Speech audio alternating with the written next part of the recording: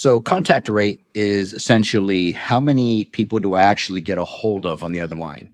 So if I get 10 leads coming in and I get a hold of two, like on a web lead, that means I have a 20% contact rate. And what are some of the early contact rates that we need to identify? And this is actually how it affects spend. If I spend $75 a lead, that means if I get a hold of two people, I essentially spend $375 per contact, which is horrible, right? So a lot of times lower cost leads, you have to work through more to get a contact versus higher dollar leads should essentially work where you get in a much higher contact rate. So for instance, this varies by lead type. So contact rate or even set appointment rate is different for Meta versus search. So a good contact rate for LSA or Google leads range from 35 to 30 to 70%. With exceptional campaigns, I'm getting a hold of over 70%. Because if you think about like Google, for instance, if that's called directional marketing, means I Google somebody when I'm looking for a product or service now. Nobody Googles pizza when they're thinking maybe pizza. I need Domino's now.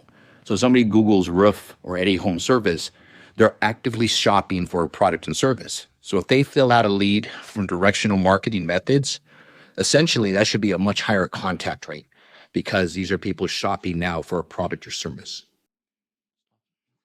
So the first part is how quickly is or how important is speed to lead? And I guess it depends on the lead type. So if I'm calling in, easiest way to say this is I should answer every single call. If I'm putting it into an answering machine, I've lost credibility. They've made a decision. They've already called 4 or 5 of my competitors. Whoever's the quickest to respond.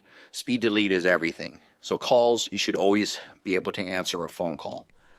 Secondly, is web submissions are more the quicker, the easier. It's not because I did a podcast a while ago and somebody was saying if I have to wait 5 minutes and respond to a web submission, then the difference between that web submission lead is exponential, meaning that if I call a Google lead and I'm getting 40% sent appointment rate, if I can call within 5 minutes or even within 7 seconds, if I have to wait 5 minutes, that person has moved on to the next task.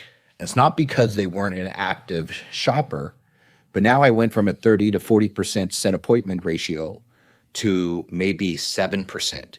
And if I'm paying large amount of dollars for these lead types, it's important that I have that process set up because a lot of times people blame marketing companies for it not working when it's really essentially the business owner.